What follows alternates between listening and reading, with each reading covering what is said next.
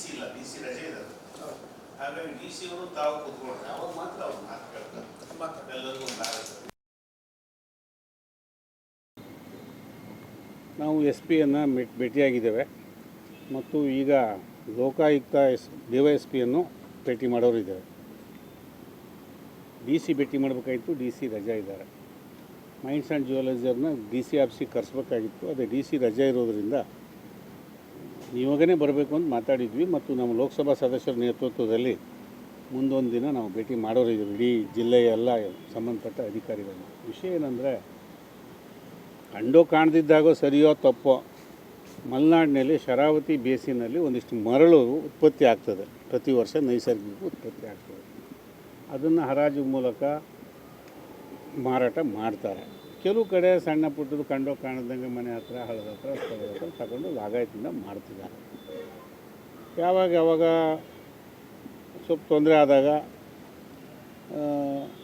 ಅದನ್ನು ಕಂಟ್ರೋಲ್ ಮಾಡೋದು ಅದೆಲ್ಲ ಇದ್ದದ್ದೇ. ಮತ್ತು ನದಿ ಪಾತ್ರ ಹಾಳಾಗಬಾರ್ದು, ನನ್ನ ಪರಿಸರಕ್ಕೆ ಹಾಳಾಗಬಾರ್ದು ಆ ರೀತಿ, ಮತ್ತು ಜನಕ್ಕದು ಭಾಳ ಕಾಸ್ಟ್ಲಿ ಆಗಬಾರ್ದು.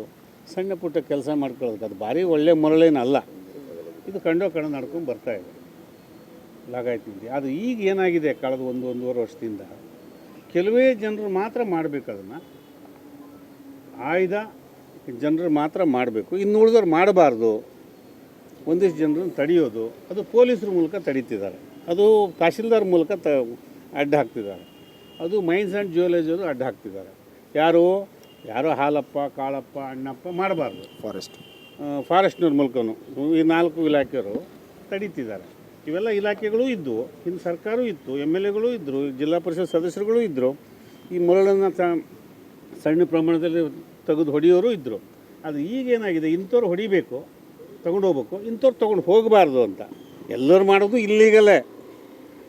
ಆದರೆ ಈಗ ಇಂಥ ಪಾರ್ಟಿಯವ್ರು ಹೊಡಿಬೇಕು, ಇಂಥ ಪಾರ್ಟಿಯವ್ರು ಹೊಡಿಬಾರ್ದು, ಆ ಪಾರ್ಟಿಗಳಿಗೂ ಪಾರ್ಟಿ, ಮತ್ತು ಕಾಂಗ್ರೆಸ್ ಪಾರ್ಟಿಗಳಿಗೂ ಪಾರ್ಟಿಯವ್ರು ಅವ್ರು ಮಾಡಬಾರ್ದು, ಹೀಗೆಲ್ಲ ಒಂದು ಶುರುವಾಗಿ ಅವ್ಯವಸ್ಥೆ ಆಗಿದೆ.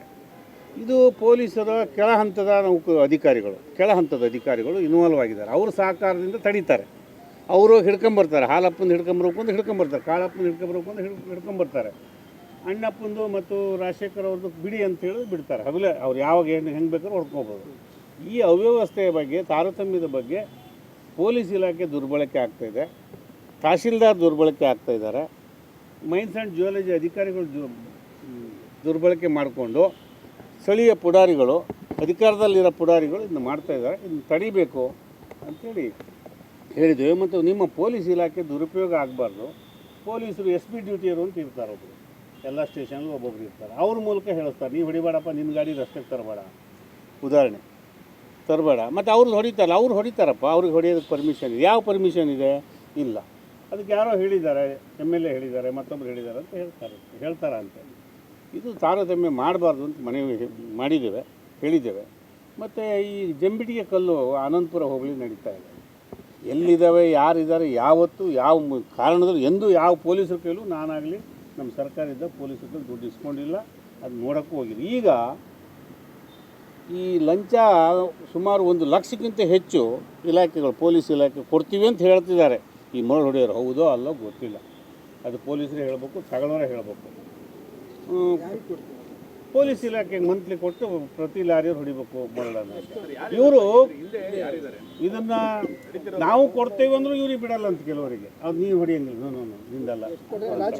1,15,000 ಪ್ರತಿ ಒಂದು ತಿಂಗಳಿಗೆ ಒಂದು ಲಾರಿಗೆ.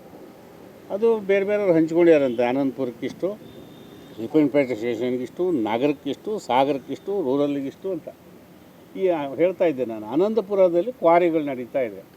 ಅದರಲ್ಲಿ ಪಟ್ಟ ಲ್ಯಾಂಡಲ್ಲೂ ಇದ್ದಾವೆ, ಫಾರೆಸ್ಟ್ ಲ್ಯಾಂಡಲ್ಲೂ ಇದ್ದಾವೆ, ಗ್ರಾಮ ಲ್ಯಾಂಡ್ದಾಗಿದ್ದಾವೆ, ಗೋಮಾಳದಾಗಿದ್ದಾವೆ. ನಾನಂತೂ ನೋಡೋಕ್ಕೆ ಹೋಗಿರಲಿಲ್ಲ, 5 ವರ್ಷ MLA ಆಗಿದ್ದೆ. ಅಲ್ಲಿ ಕೆಲವರು ಮಾತ್ರ ಮಾಡಬೇಕು, ಕೆಲವರು ಮಾಡಬಾರ್ದು ಅಂತ. ಅಲ್ಲೂ ಲಾರಿಗೆ ಇಷ್ಟು ಕೊಡಬೇಕು ಅಂತ. ಅದನ್ನು ಯಾರು ಮಾಡೋರು, ಯಾರು ಹೊಡಿಬೇಕು, ಯಾರು ಹೊಡಿಬಾರ್ದು ಅನ್ನೋದು ಪೊಲೀಸರು ಹೇಳ್ತಾ ಇದ್ದಾರೆ. ಇಂಥವ್ರು ಹೊಡಿಬೇಡಿಯಪ್ಪ, ನೀವು ತೊಗೊಂಡು ಹೋಗ್ಬೇಡಿ, ನಿಮ್ಮ ಲಾರಿ ತೆಗಿಬೇಡಿ ಅಂತ. ಅದಕ್ಕಾಗಿ SP ಹತ್ರ ಬಂದ್ವಿ ನಾವು. ಅದು ಯಾಕೆ, ಇದು ಯಾವಾಗ ಭಾರತ ದೇಶಕ್ಕೆಲ್ಲ ಒಂದೇ ಸಂವಿಧಾನ? ಪೊಲೀಸರು. ಇದರ ಹಿಂದೆ ಈಗ ಅಧಿಕಾರದಾಗ ಇದ್ದವರಿದ್ದಾರೆ, ಅಧಿಕಾರದಾಗಿರೋ MLAಗಳಿರ್ತಾರೆ, ಅಥವಾ ಪುಡಾರಿಗಳು, ಆ ಪಕ್ಷದ ಪುಡಾರಿಗಳಿದ್ದಾರೆ. ಪೊಲೀಸರದ್ದು ಏನು ಕೆಲಸ? ನಾನು ಹೇಳೋದು, ಪೊಲೀಸ್ ಇಲಾಖೆ ಹೆಡ್ ನಮ್ಮ SP ಮುಖ್ಯಸ್ಥರು ಅವ್ರಿಗೆ ಹೇಳಿದ್ದೇವೆ, ನಿಮ್ಮ ಇಲಾಖೆಯವ್ರು ಹೋಗಿ ತಡೀತಾ ಇದ್ದಾರೆ, ಕೆಲವ್ರನ್ನ ಬಿಡ್ತಾ ಇದ್ದಾರೆ. ಇದು ಏನು ಅಂತ ಕೇಳಿದ್ದೇವೆ. ಗಮನಕ್ಕೆ ಬಂದಿತ್ತಂತ ಅವರಿಗೆ ಬಂದಿದೆ. ಇವತ್ತೇ ಎಲ್ಲ ಇಲ್ಲಿ ಬಂದಿದ್ದಾರೆ ಬೇರೆ ಬೇರೆ ಕಾರಣಕ್ಕೆ. ನಾನು ಮಾತಾಡ್ತೀನಿ ಅಂತ ಹೇಳಿದ್ದಾರೆ. ನೋಡಿಕೊಂಡು ಮುಂದೆ ನಮ್ಮ ಲೋಕಸಭಾ ಸದಸ್ಯರ ನೇತೃತ್ವದಲ್ಲಿ DC ಅವರ ಅಧ್ಯಕ್ಷತೆಯಲ್ಲಿ ದೊಡ್ಡ ಸಭೆ ಮಾಡ್ತೇವೆ ಮತ್ತು ದೊಡ್ಡ ಪ್ರತಿಭಟನೆ ಮಾಡ್ತೇವೆ. ಒಂದು 5-6 ಸಾವಿರ ಜನ ಸೇರಿ ನಾವು ಮುಂದೆ ಪ್ರತಿಭಟನೆ ಮಾಡೋರಿದ್ದೇವೆ. ಪೊಲೀಸರಿಗೆ ಯಾರು ಈ ಅಧಿಕಾರ ಕೊಟ್ಟಿದ್ದಾರೆ, ಕೆಲವರು ಹೊಡಿಬೇಕು, ಕೆಲವರು ಹೊಡಿಬಾರ್ದು ಅನ್ನೋ ಅಧಿಕಾರ ಕೊಟ್ಟವ್ರು ಯಾರು, ಅದನ್ನು SP ಕೇಳಿದ್ದೇವೆ. ಗೊತ್ತಿಲ್ಲ ಸರ್, ಅಲ್ಲಿ 110-150 ಲಾರಿ ಇದಾವೆ ಅಂತ ಹೇಳ್ತಾರೆ. ಸಣ್ಣ ಅಲ್ಲಿ ನಮ್ಮ ಹೊಸನಗರದಲ್ಲಿ ಎಂಥದ್ದು 200 ಅಡಿ ಅಂತಾರೆ, 200 ಅಡಿ ಅಂತವು 909 ಅಂತ ಟಾಟಾ ಈ ಸಣ್ಣ 4 ವೀಲರ್ಸ್ ಲಾರಿಗಳು ಕಮ್ಮಿನೇ ಇರೋದು. ಒಂದಿಷ್ಟು ಇದ್ದಾವೆ, ಎಷ್ಟಿದಾವೆ ಏನಿದೆ ನಾವು ಅದನ್ನ ಕೇಳಕ್ಕೆ ಹೋಗಿಲ್ಲ. ಎಲ್ಲಿಗೆ ಶಾಸಕರಿಗೂ ಮಾಮೂಲಿ ಹೋಗ್ತಿದೆಯಾ ಅಂತ ಅಲ್ಲ, ಅದು ಹೇಗೆ ಹೋಗ್ತದೆ ಗೊತ್ತಿಲ್ಲ. ಪೊಲೀಸರಂತೂ ದುಡ್ಡು ಕೊಟ್ಟು ಬಂದಿದ್ದಾರೆ, ಅದರ ಬಗ್ಗೆ ಎರಡು ಮಾತೇನಿಲ್ಲ. ಇತ್ತೀಚೆಗೆ ನಮ್ಮ ಕಾಲದಲ್ಲಿ ಯಾವತ್ತೂ ಈ ಜೀವನದಲ್ಲಿ ಬಂಗಾರಪ್ಪನವ್ರು ಹೇಳಿ ಸತ್ತು ಹೋಗಿದ್ದಾರೆ, ಪೊಲೀಸರ ಕೈಲಿ ಯಾವತ್ತೂ ದುಡ್ಡು ಇಸ್ಕೊಬೇಡಿ ಅಂತ ಹೇಳೋರು ಅವರು. ಪೊಲೀಸ್ ಟ್ರಾನ್ಸ್ಫರ್ನಾಗೆ ಪೊಲೀಸ್ ಇಲಾಖೆಯಲ್ಲೆಲ್ಲ ಲೆಕ್ಕಾಚಾರ ಇರ್ತದೆ, ಇಂಟೆಲಿಜೆನ್ಸ್ ಅಂತಿದೆ, ಯಾವ MLA ದುಡ್ಡು ತಗೋತಾನೆ, ಯಾರು ಎಷ್ಟು ಕೊಟ್ಟು ಬಂದೇನೆ ಅಂತದೆ ಎಲ್ಲ ಲೆಕ್ಕಾಚಾರ ಪೊಲೀಸ್ ಇಲಾಖೆಯಲ್ಲಿ ಇದ್ದಾರೆ. ನಾನಾಗಲಿ ನಮ್ಮ ಕೆಲವು ಸ್ನೇಹಿತರು MLAಗಳು ಇದ್ದೀವಿ, ನಾವು ಯಾವತ್ತೂ ಇಸ್ಕೊಂಡಿಲ್ಲ.